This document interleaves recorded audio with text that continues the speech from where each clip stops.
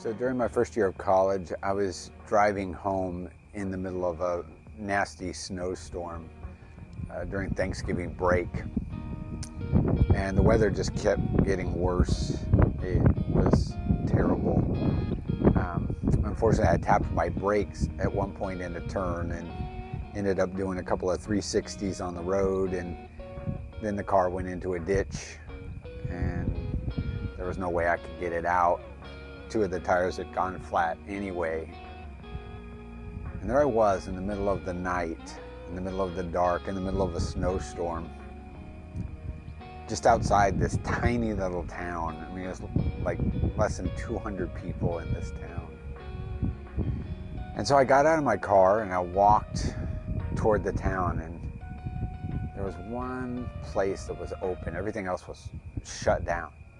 There was one place that was open, this little bar, and the light of that bar just made all the difference. And that's the thing about light. Just a little bit in the darkness makes such a difference. I'll never forget seeing that place open, knowing that I was going to be okay.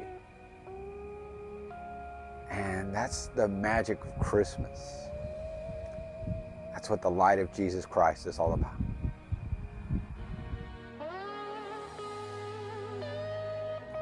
So it reminds me of this story that I read about an experiment that they did on some mice. And what they did is they took a mouse and put it in water and then put that mouse in total darkness. And they timed the mouse to see how long it would swim around before it gave up. And that mouse in total darkness swam for 3 minutes before it gave up. Then they decided that they were going to take that mouse, put it in water, and put it in total darkness, except they were going to do a little pinprick of light. They were going to let a little light in. And that mouse swam around for 36 hours. A little light makes so much difference. A little light brings so much hope. Jesus himself said this. He said, "I'm the light of the world, and the person who follows me won't walk in darkness, but will have the light of life." In John chapter 1, it actually says that Jesus came as the light of the world, and the darkness could not overtake it. It couldn't overcome it. And that's the hope that we have. That's the hope of Christmas, is that we, as we move to the light, have that purpose and that meaning in life. Because when we walk with Jesus, we have that hope that we don't walk in the dark anymore.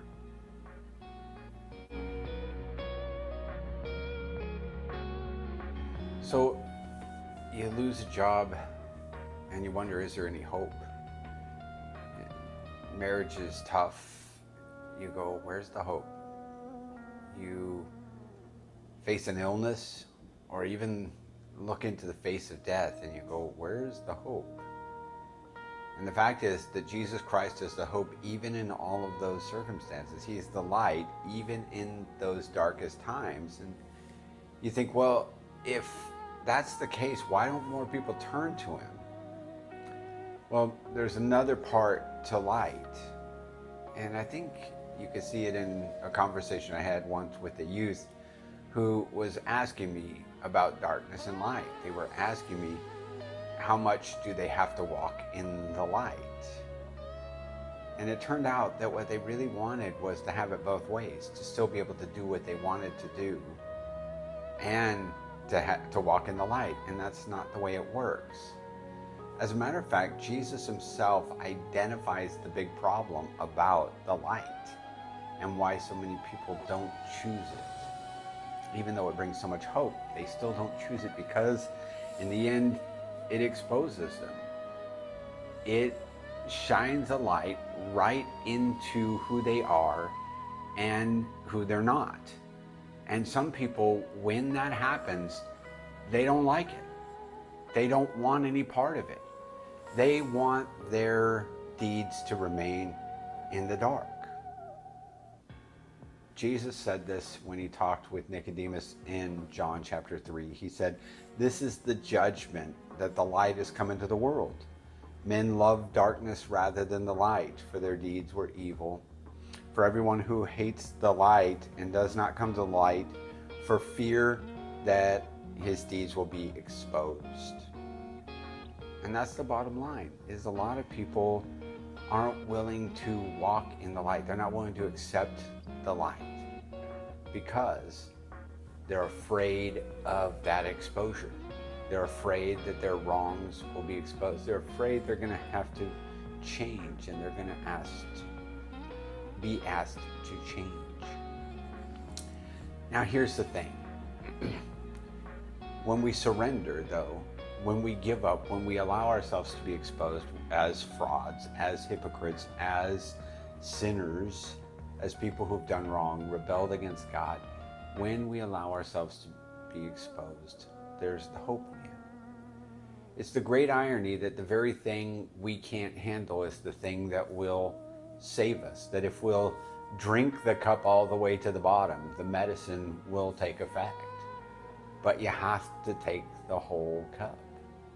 You have to be willing to say, I'm going to be in the light.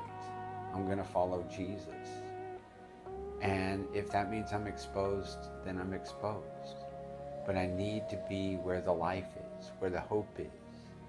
And that's the message of Christmas, that the light has come into the world. Now what we do with it makes all the difference.